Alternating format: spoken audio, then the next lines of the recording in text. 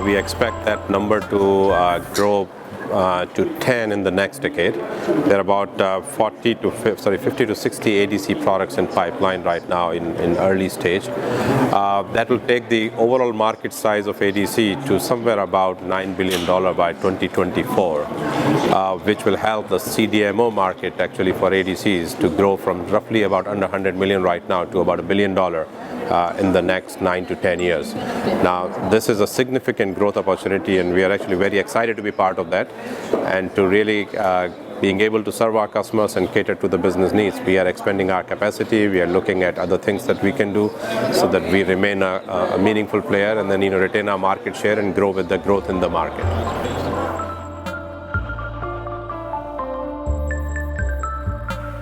So when we think about ADCs in the larger context of use of a targeting moiety to deliver a payload, I think there's certainly a lot more that can be brought to the table in that regard. Traditional antibody drug conjugates, delivery by a double-stranded monoclonal antibody of a highly potent cytotoxin, is certainly one very important area. But at its heart, Catalent's technology, for instance, is a way to attach something to a peptide backbone. That payload can be another biological entity.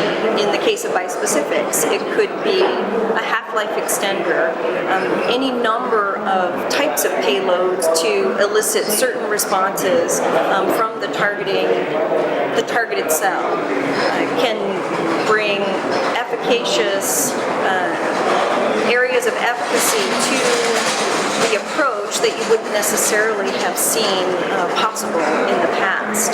Being able to vary the drug-to-antibody ratio, no matter the payload and the type of targeting moiety, can be very powerful and bring us into areas that are not, in a traditional sense, an antibody-drug conjugate.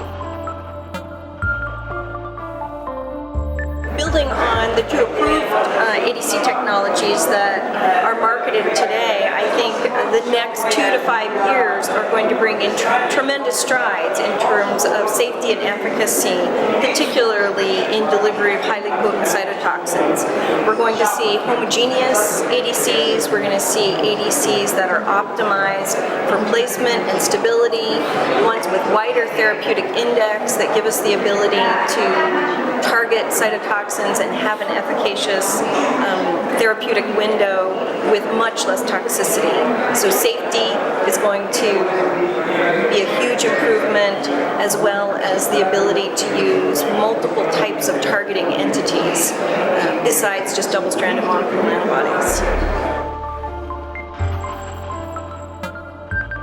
So what we've seen at Carbogen AMSys in recent years has been a dramatic increase in customer inquiries on both the drug linker toxin synthesis as well as in the conjugation synthesis of antibodies.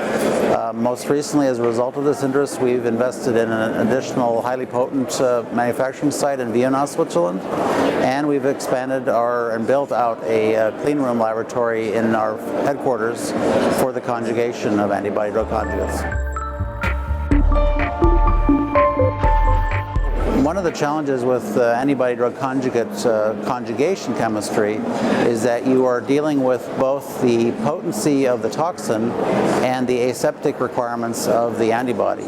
So you have to, when you design a laboratory, for example, you need to be concerned about protecting the employee or the worker from the toxin and protect the antibody-drug conjugate from the worker. So you're dealing in a world now where a standard containment system is not sufficient, and you have to think very carefully about the design of the laboratory, how the process is run, and how the final product is packaged to protect both the product at the end and the worker during the process itself.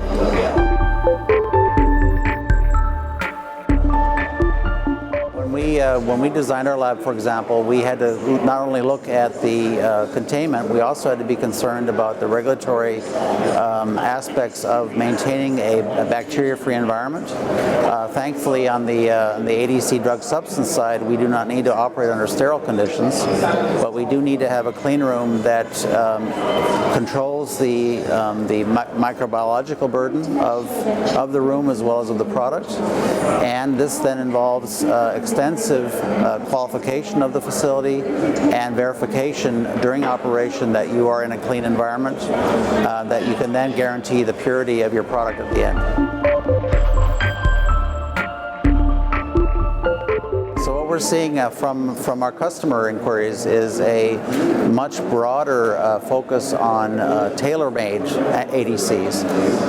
For example, we're seeing more the use of PEG linkers, for example, non-traditional linking technologies to aid in the delivery of the specificity of the ADC and also the properties of the ADC. So technologically, there's a changing market.